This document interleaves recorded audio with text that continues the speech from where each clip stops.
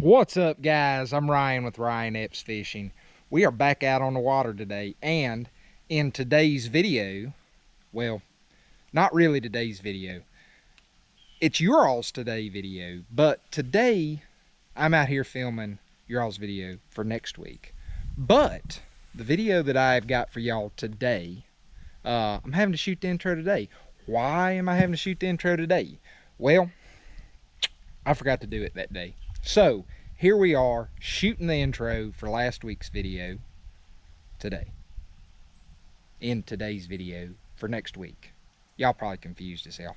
I'm confused too, but regardless, y'all are going to see some fish catches today, and hopefully we're going to be able to teach you a thing or two about these fall bass and how to target them. Hopefully catch a few on the topwater. So Douglas Lake, fall fishing, topwater baits. Let's go do it. Y'all sit back, buckle up, relax. Hope y'all enjoy today's video.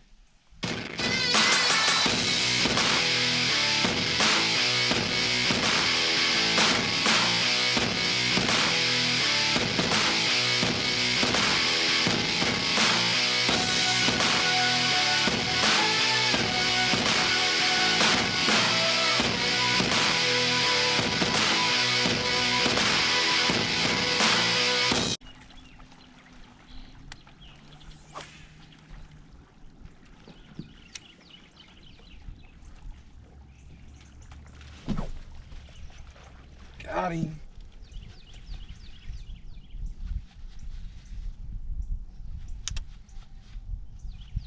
It's a good fish.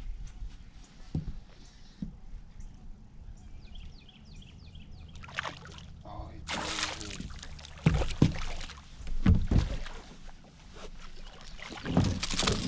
boom.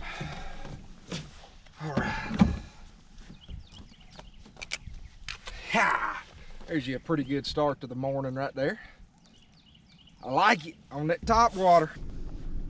We've run about halfway back a big creek here. We're gonna try to hit as many spots as we can. We're gonna keep moving fast. We done put one fish in the boat. Decent little keeper. And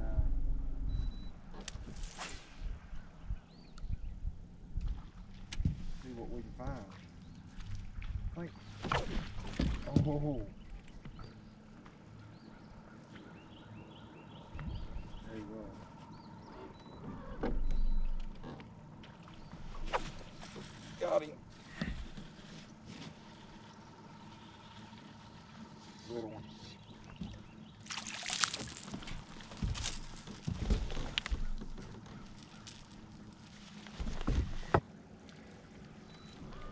You know that's a good sign when you throw over there and one blows up on it. Misses it.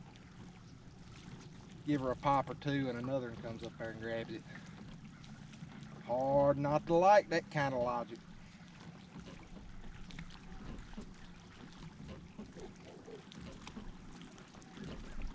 Not 100% convinced that this bait right here is going to be the deal.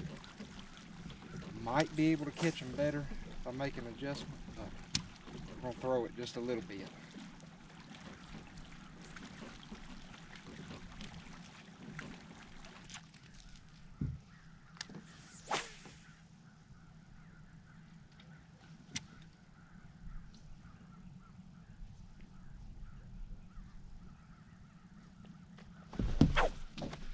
Got him.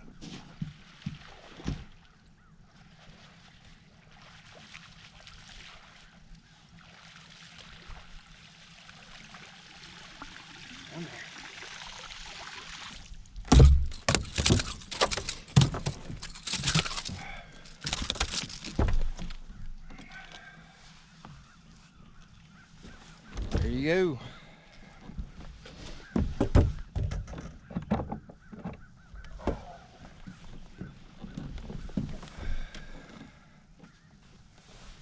There's another decent little fish this morning on the top water. Ooh, I like that. I was gonna change up, put something just a little bit different on. I'm getting bites, but they ain't just killing it. It's hard to change something when you're getting bites.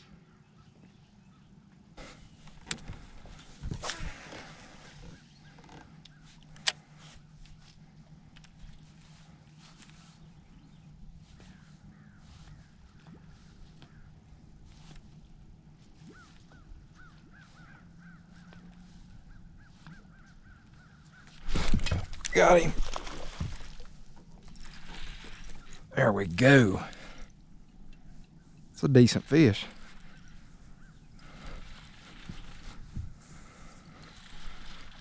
Smallmouth. Yeah.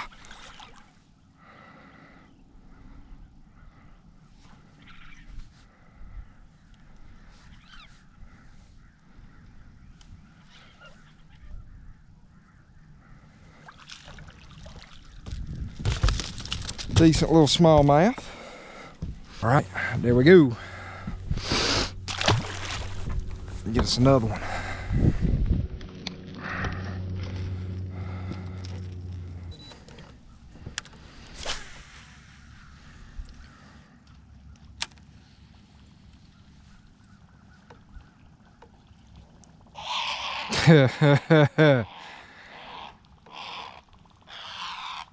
Look good, don't it, boss? Thought he's gonna get him a meal. Even the birds want the plopper.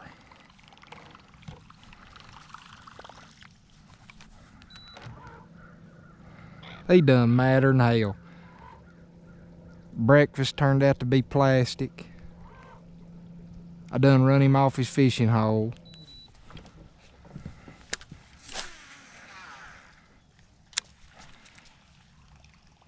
What an ugly cast.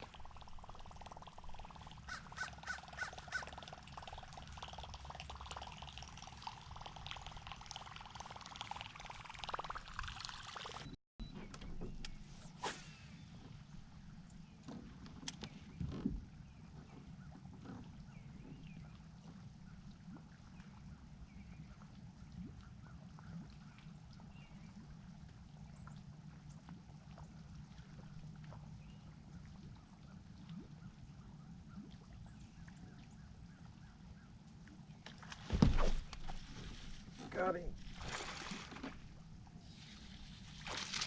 There we go.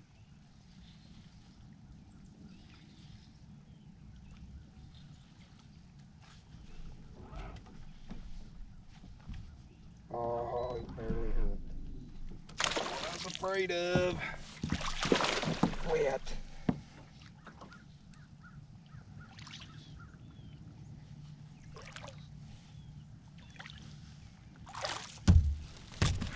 Got him. There we go. Chunky little fall fish right there. Up there, filling up on them shad.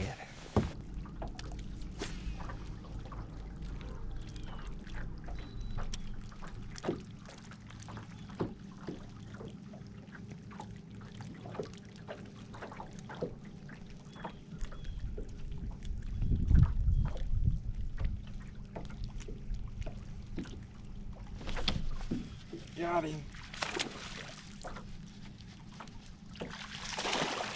Boom. Get up in there.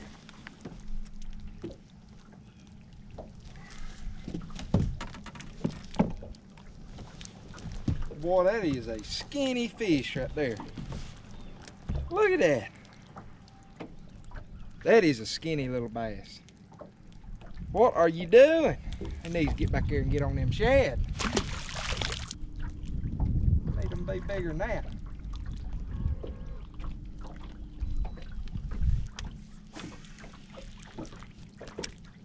I don't discriminate though. Skinny, fat, healthy, sickly, don't matter.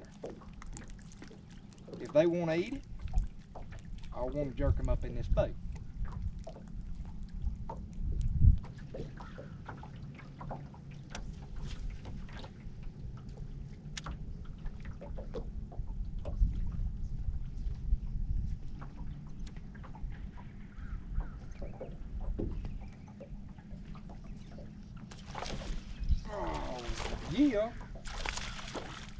Yeah. Get up in here. There you go. Another little feller. But I'll take it. All right, guys, let's talk about what worked today. We came out here on Douglas this morning. pretty early this morning. We got a good start, got out here right at daylight, a little bit before daylight actually. And we were able to put some fish in the boat today, which is good for a change because it has been a rough few months out here on this boat. So we turned things around today and we put some fish in the boat. And I need to tell y'all how we did it. So I was in a major creek arm today, and I was targeting those primary points that are coming out onto the main creek channel that had those deeper pockets there around them. It was that simple. Basically, I was able to pull up in those areas today where I knew that there were probably fish hanging out in those little bit deeper pockets. Once that, for those pockets to be good, your bait needs to move into them, all right? And the deal this morning was all that bait and crap that's out there roaming around open water midday. This morning, that bait had pulled up onto that stuff, onto the deal. They had pulled into those little deeper pockets, and those bass were simply just pushing them up, pushing them against the walls of them pockets, and feeding on them. And I had one place that I had picked out last night. I made a decision to start there because it had like 3 of those little bit deeper pockets that I was looking for. So I thought, all right, that's a place that's, you know, there's a lot to offer right there, and I won't have to move really far. I can probably catch a limit right there, and I did this morning. All right, now let's talk about what I caught these fish on. Now, if we're talking fall fishing, I don't care if it's early fall fishing, middle fall fishing, late fall fishing. I don't care if you have been in prison for the last 78 years. You still know that when it comes to fall fishing, we're talking top water. Big deal in the fall, all right? Top water plugs, top water presentations, catch fish in the fall, all right? It's a natural thing. The fish are feeding on them shad up top, shallow water, top water lure. Goes hand in hand. All right, now, what I chose this morning top water wise, and really for no other reason than just when we're talking about top water fishing in this boat, my confidence top water bait always is a popper, all right? So if I can get by with a popper and I can get bites on a popper, that's usually what I'm gonna throw. That's what I threw this morning, and it put fish in the boat. Now, this is a Strike King KVD popper, all right? What this bait does, for those of y'all that ain't never seen a popper, maybe you have been in prison the last 78 years. I don't know if they had poppers back then or not. I'm sure they did, but anyway. What this does, every time you jerk that rod, it's just gonna go bloop, bloop, all right? Every time you jerk it, it's gonna pop, it's gonna splash water, it's gonna make a noise, it's gonna get attention, all right? So, what I was doing with this bait, and this was key, I was staying off of this stuff. You don't wanna get your boat too close. We're talking fish that are feeding in the upper layer of the water column. They are up top, all right? It ain't dirty water. You want to be a little bit stealthy with this. So you want to stay back off of it. You want to make a long cast. That's number one. Number two, I wanted to get this bait right on the bank. Every single bite that I had today was within a couple feet of the bank. All right? Now, this bait right here, to me, when you're talking about retrieves, I want you to think of it a lot like a jerk bait, okay? Everybody knows that when you're fishing a jerk bait, there's a certain retrieve or cadence or whatever you want to call it. There's a certain retrieve that the fish are going to want on any given day. Now that can go for any bait, but people talk about it a lot with a jerk bait, so that's why we're going to use that analogy. So when you're retrieving this bait, you really want to play around, and I did that this morning. You want to play around and you know, try several different retrieves until you get that magic one that they're looking for. You know, I'll give it a bloop, bloop, pause. You know, you can give it, you know, you can work it kind of constant. Just keep jerking it there. Just keep popping it kind of fast. I change it up a lot till I figure out what they want. And a lot of these poppers, I know it's designed to pop, but if you slow down with it, and every popper's different. You know, this Strike King right here works a little bit different than a Rebel popper or something like that. But most of them, at a certain speed, they'll actually walk a little bit like a spook. So that's another option you can try. My point is, just keep changing it up every morning that you come out here, because what they wanted today isn't going to be what they wanted tomorrow sometimes. You got to play around with that retrieve every day that you come out here and figure out what they want, just like you do with a jerkbait. So that's what I did. Now, most of the time today, and you can see that a little bit on the video, if those fish didn't hit it, some of them hit it as soon as it hit the water. Some of them, I'd give it a pop, just kind of a steady pop, and then every now and then I give it 2 quick pops. And usually those 2 quick pops would trigger those active fish up there that we're chasing to key in on that. So that was kind of the retrieve and what I was going with today. The color that I was throwing, that's a really natural color. You can see it there. It's just a shad pattern. Very natural color. You know, this water today, actually, I like the color of the water. It wasn't super clear, which is always helpful, but it's not stained or anything like that either. So I still wanted to go with a natural color, and it worked out well. Mimics a threadfin shad, just to perfection right there. The gear that I'm throwing this bait on. I'll start with the rod. The rod is the same rod that y'all been seeing me throw a frog around on a little bit here in my last video. This is a Duckett Triad, 7-foot, medium heavy. Excellent rod for this bait.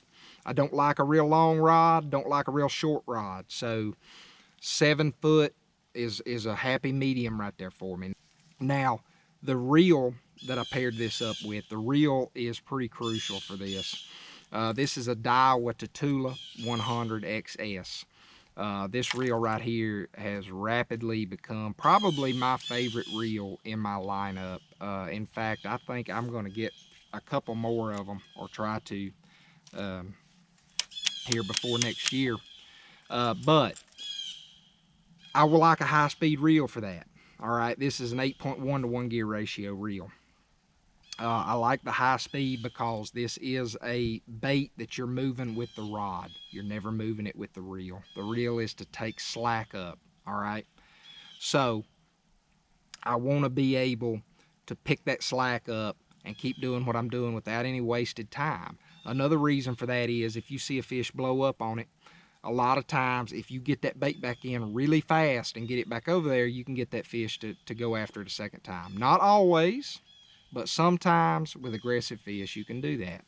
And that 8.1 to 1 gear ratio reel lets me get that bait back into the boat really fast and get it back out there where it needs to be. Now, the line that's on here, this is going to be one of them deals you're just going to have to trust me and do as I say and not as I do. This is fluorocarbon. I do not like fluorocarbon for topwater baits. Why? Because fluorocarbon sinks. Fluorocarbon is great for a lot of things, not topwater baits, all right? Fluorocarbon sinks, and, you know, that ain't exactly ideal for something that you're wanting to set on top, all right? So, what you will notice if you throw fluorocarbon on a topwater bait is it's constantly a little bit wanting to pull that bait down, all right? And that can take some of your action out of it. That can take some of that pop away and can actually cause that bait to want to dive when you jerk it. Why do I have fluorocarbon on there? Because I'm cheap, all right? I just spooled that up with brand new fluorocarbon there last week.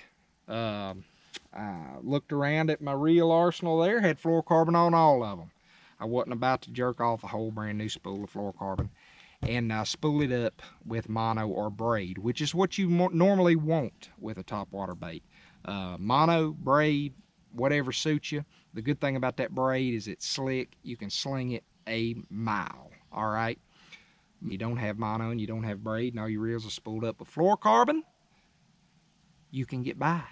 You don't have to jerk it all off and go put new on, all right? Go out there, you can use your fluorocarbon, you can catch fish. It ain't rocket science, all right? Do I really think that I would have caught any more or any less fish if I had the Rebel popper tied on? No, probably not. Could somebody have probably come behind me and caught those same fish on a spook? Probably.